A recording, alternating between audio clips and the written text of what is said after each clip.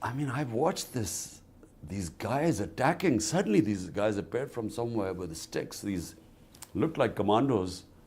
And I thought, they're here to defend me because, my life is at threat.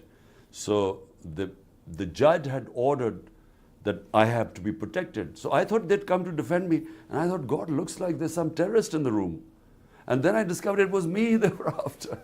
So it was shocking, really, the way they beat up everyone, and then they took me like some sort of a terrorist.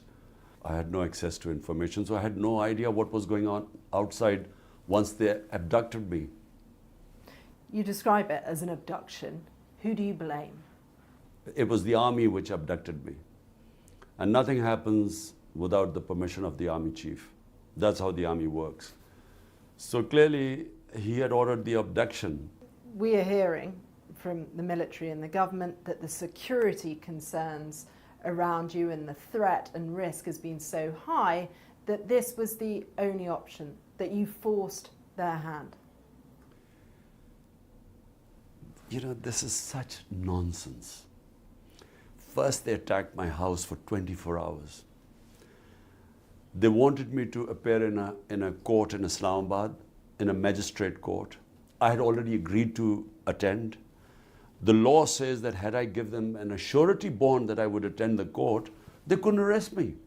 They refused to take the surety bond, attacked my house for 24 hours. We couldn't sit inside. There was so much tear gas shelling, and people had broken bones and stuff. So, look, they are on a plan. And what is the plan? The plan is they're petrified of elections. The gap between us and all the other parties is so huge now that they're petrified that they will be wiped out. So they have decided that the only way they'll allow elections is if I'm inside jail or killed. There are been two attempts on me. And most of my senior leadership should be jailed too. This is what they've done. They've used this to put the entire leadership of PTI in jail. What will you do if you're rearrested? Because there is a very real threat with more than 100 charges against you that you could be. Well, on the last count, it was 148. So I'm reaching my century and a half. And they're all, bizarre charges like sedition, serious charges? That I've corruption, treachery contempt against of court. The corruption case on what was the corruption case? What is your strategy if you are rearrested? Well, no strategy. I'm mentally prepared to go into jail. As I said before leaving for Islamabad, I said I'm prepared. But the point is that their intention is not because I've broken some law. The intention is that they want me out of the electoral race. This is the election year. How do you lead with so much of your party in jail? Well, the remnants I gathered today, and I've had a meeting with them, and we're trying to chalk out a strategy. I'm going to go out in public and start my mass contact from Wednesday onwards. So, we will carry on, hoping that the Supreme Court will announce an election date in 3 weeks' time. Can you reassure voters that you're even going to be around for it, let alone your leadership, the rest of your party? Look, what might happen, God alone knows what might happen. I'm lucky to be alive. No one thought I would survive yesterday because they had already got police contingent from another province, that the moment I had got bail from these cases, the police was ready to take me in jail on another case. But the judges stood up. And this is what has shocked the military establishment. Because the judges finally decided, they said, look, we're not going to again get him into jail, and everyone knows trumped up charges, and the result would be public unrest. So the judges took a stand. We are witnessing history in Pakistan now, new history being written.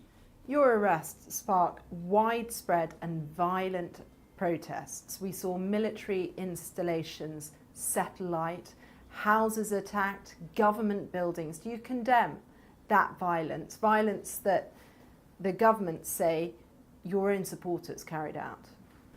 I have always condemned all violence.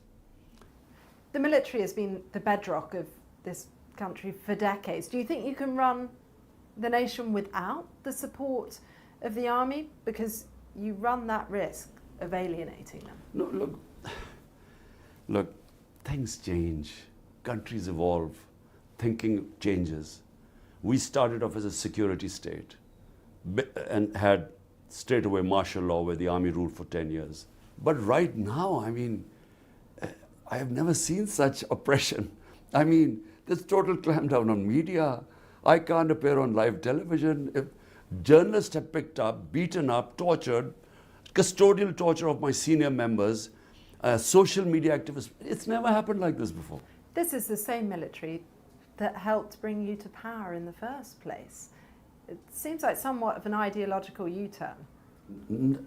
Absolutely not. They never brought me into power. My party was the most popular party. All the opinions polls said that. We won the election, but the army didn't oppose me. That's the difference. This feels like a very febrile moment when the country is politically polarised, economically spiralling. Voters want to see some hope. How are you going to cool things down and reassure them that politics is even worth voting for right now? Look, this is the election year. Elections are supposed to be held this year. If you want the solution to Pakistan's problems, they are elections. Hold free and fair elections, let the people decide who they want to give the mandate, and Pakistan will stabilize. Problem is that they're all worried. The entire 12-party coalition is petrified, along with the military establishment, that my party will sweep the elections because out of 37 by-elections, we have swept 30 of them. So because they're worried, they're trying to delay the elections. That's all. So all we want is free and fair elections. Do you have faith in the judiciary? And where do you think democracy in Pakistan is right now? Well, the democracy in Pakistan has never taken such a battering as it has right now. I mean, all our fundamental rights are violated. This sort of thing has never happened. No political figure has ever had 150 cases and then his house raided.